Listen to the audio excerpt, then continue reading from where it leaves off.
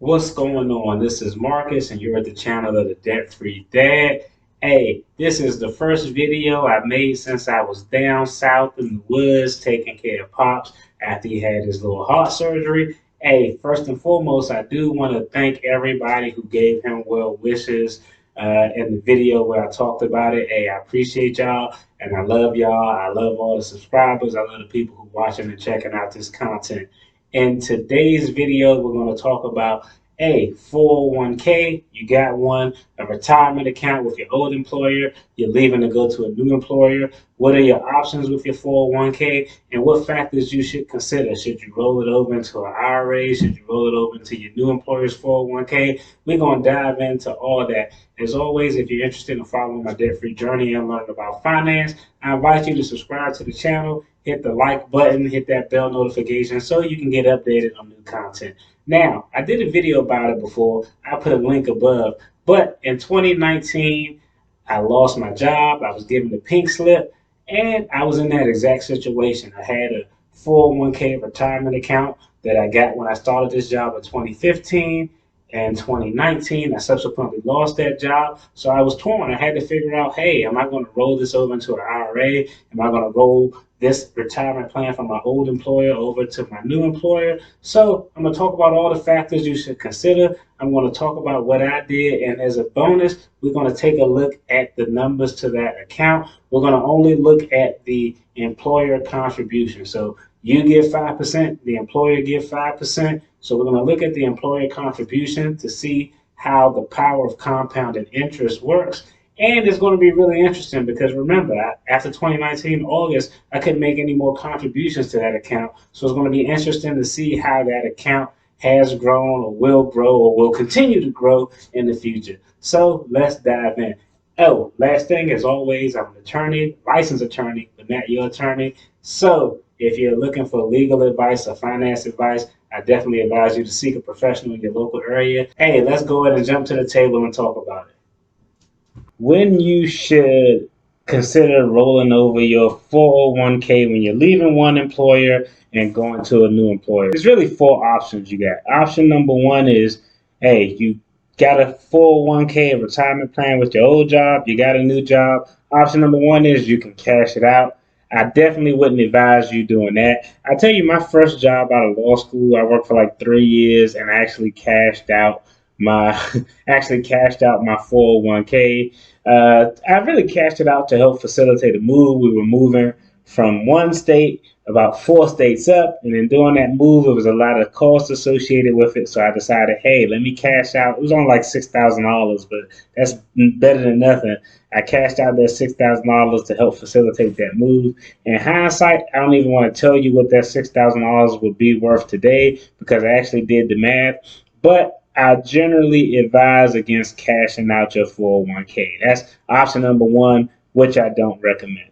Option number two that you have is you could roll your 401k and over into an IRA. That's something that you'll just have to consider when you evaluate the benefits of your 401k that you're leaving, the types of investment vehicles that they have within that 401k versus what you can get if you, or potentially earn if you roll it over into an IRA.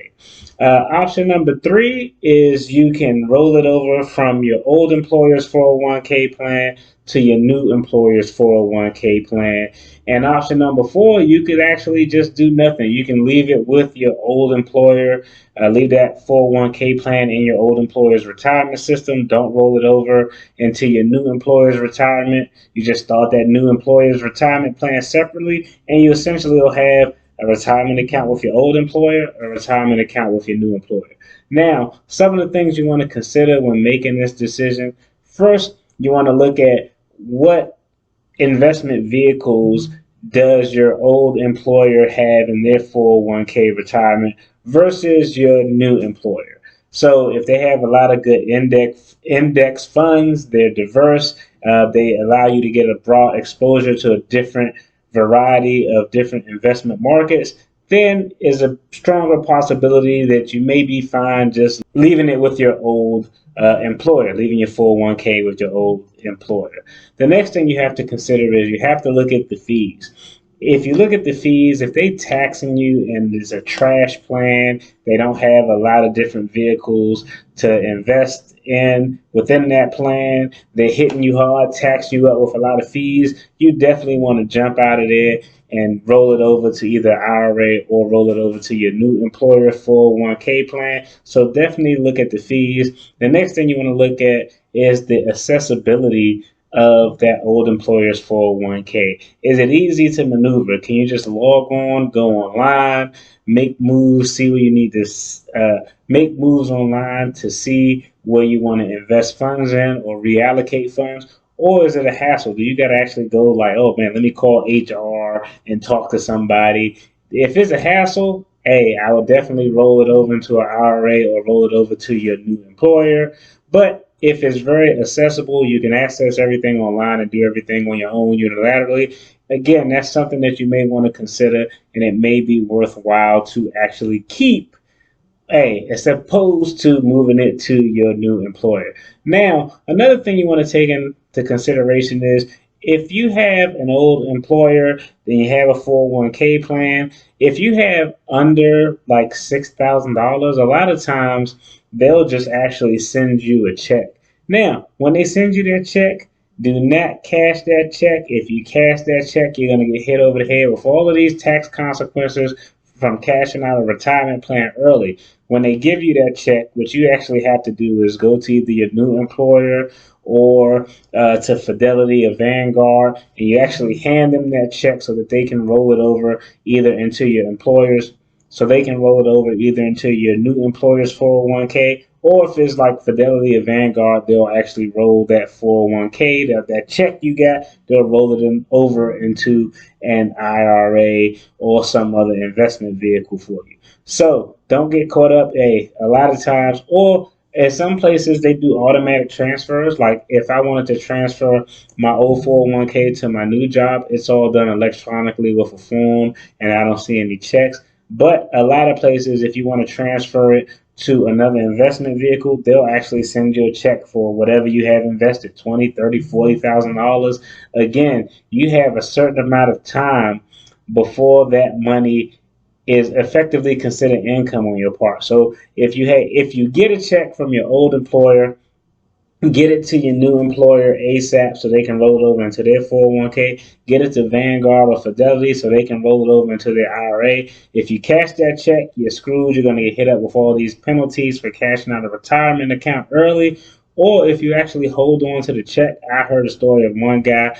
They sent him his check in the mail. He just kind of threw it on the counter, didn't think anything of it, didn't open it. 60 days went by, and after that 60 days was up because he didn't cash that check, that 60 days effectively made it as if he withdrew from that retirement account. So he lost a ton of money. He lost like half of his money in taxes and penalties because he didn't open his mail. And I did not roll over my old employer's 401k into my new employer's. I didn't roll it over into a more traditional IRA through Vanguard or Fidelity. I didn't do anything like that. I just left it where it is. One of the reasons I left it where it is just what I talked about. They have some great investment vehicles. They have great index funds that offer a lot of diversity. The returns that I were getting on average was anywhere between 12 to 14% per year since its inception. So it's doing relatively well. And the fees are very nominal fees. I can access everything online. I don't have to contact HR, none of that hogwash. So it definitely made it worthwhile for me to keep. I'm going to show you all some of the numbers so you can actually see how the account has grown since I started it and since I lost my job in 2019 and stopped making contributions to that specific account. So it's going to be interesting. The numbers we're going to look at is solely the employer contribution. So you put 5% in, they match 5%. We're just going to look at that 5% numbers, but I want you all just to look at the numbers to see how the compound interest over time really takes effect, and so you all can get a visualization. So as you can see, I actually started this job in the 2015. So for 2015, we had a total contribution of $4,374. I gained a whopping $9.68, and I paid $1.27 in fees. The rate of return was about 3%. Not a high return. When you start these things out, they put it in a general fund. So you have to go online and do some allocations to make sure that you have those funds in the accounts and in the vehicles that can gain you the most interest. So I was a little late to doing that. So I had 0.3% interest, didn't make shit essentially in 2015. All right, now let's take a look. 2016, you can see we contributed $6,645. We had gains of $776.54. Only paid $15 in fees that year. So at the end of calendar year 2016, the total in that account was $11,788, and we had about a 10% annualized return that year. So you can see that I did make some allocations to different accounts. Um, different accounts just to make sure that I was gaining a little bit more interest. So 2016, I was a little bit more cognizant and paying attention to what I was doing as opposed to 2015, where, hey, I was just happy to have a new job. So we're going to take a look at calendar year 2017. All right, in 2017, we contributed $7,725. The interest gain was $3,292. Again, made some more moves, invested in a more broad range of index funds within this 401k. We had an annualized return of 21%. And at the end of calendar year 2017, we had $22,770. So you can see over a short period of time, this account is growing not only from the contributions, but from the interest and the gains that I've been making based on what I contributed to. Okay, now we're going to take a look at calendar year 2018. 2018 was rough. All right, going into 2018, we started with $22,770. A contribution of $8,053 were made. Gains or losses, we lost $2,500. It was a rough year. Paid about $53 and fees associated with this retirement account, negative 9.3%, and we ended the year at what's that, $28,266. So even though this was a terrible year, this was probably the worst year. This was definitely worse than the first year when I didn't do anything with my money. But even though we ended the year negatively, just off the contributions alone, we were able to at least increase the amount of the account by a little over $6,000, or a little under $6,000. So it ended up working itself out. Remember, the number one contributing factor to an individual attaining wealth through their 401k is not the rate of return, it's the consistency of the investment. So you're going to have some down years, you got to keep investing. So that was 2018. Now let's take a look at 2019. Okay, 2019. Let's take a look at the numbers. We started the year 2019 off with $28,266, contributions of $6,367. The interest that we gained on the account was $7,681. And at the end of calendar year 2019, we had $42,253. So that year we had an annual return of 23.8%. It got, crazy. We did really good that year. You can see the amount just grew exponentially. Now, let's remember 2019 is going to be interesting because in 2019, I lost my employment. I want to say it was either in July or August of 2019. So from this point on, no more contributions are being made, but because it's an actual good retirement plan, I decided to leave my money in there, just move things around as the market evolves, and to let it grow so we can see actually how much money or how much this particular account is going to grow without any additional contributions. So 2019, hey, I was given the pink slip, lost my job, no more contributions. So the only growth that this account is going to see is from the interest that it earns. Now let's take a look at calendar year 2020. All right, in calendar year 2020, we started out with $42,253. There was zero contributions made because, again, I lost my job. I was unemployed at the time, and calendar year 2020, well, from 19 going into 2020. And so we didn't contribute anything to this account. By this time, I had obtained new employment, but this account was just still sitting there. As you can see, we actually gained $6,645 in interest from this account. So we started the year off at about $42,000. We were able to close out the year at $48,826. So interestingly enough, if you actually look back at these numbers versus the numbers where I were contributing, the amount of interest that we're making every year off of this account, even though I'm not contributing anything, is equal to what I would have normally contributed just through my employment. So now this money is really working for itself. It's giving us over $6,000 in profits in calendar year 2020. Now let's take a look to see where we are for calendar year 2021 year to date. And outstanding so far. We started off calendar year 2021. Again, no contributions were made to this count. The only thing that we're getting for calendar year 2020, for calendar year 2021, and moving forward is going to be the interest that this lump sum of money accrues from being in the marketplace. We started out at $48,826. So far in 2021, we've made $7,000, a little over $7,000. Right now, we have an annual return on the year of 14.4%, and this account has grown to $55,781. Now, the reason I showed you all this number, well, it was twofold. One, I wanted to just give you a little light and discuss, just some of the things you can do or some of the things you should consider when you leave an old employer and have a retirement plan and you go to a new employer. But the reason I showed you these numbers is twofold. One, it's not about how the market does, it's about consistency. For the most part, the market averages anywhere from a 7.9 to 10% return per year. You're going to have up years, you're going to have down years.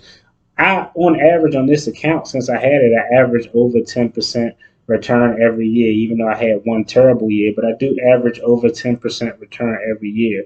Generally, how the math breaks down, if you have an investment account and you can average 10% a year, your money will double every 7 years, more or less. So let's put this all into perspective. Right now, the account has $55,000 in it. This was only an employer contribution that I ended up earning from my time being vested, so I have 100% of that. That's mine. That's not even accounting for my contribution that equals to this. So the employer contributed this. We saw how it grew. In 2019, I lost my job. I couldn't make any additional contributions. The only growth that the account got wasn't from contributions. It was from what was done in the marketplace. And so far, year to date and last year, it's been making great progress, great profits just from sitting in the market. So with $55,000, 7 years from today, that account will essentially double. It'll be worth $110,000. Then in another 7 years, that $110,000 will be worth $220,000.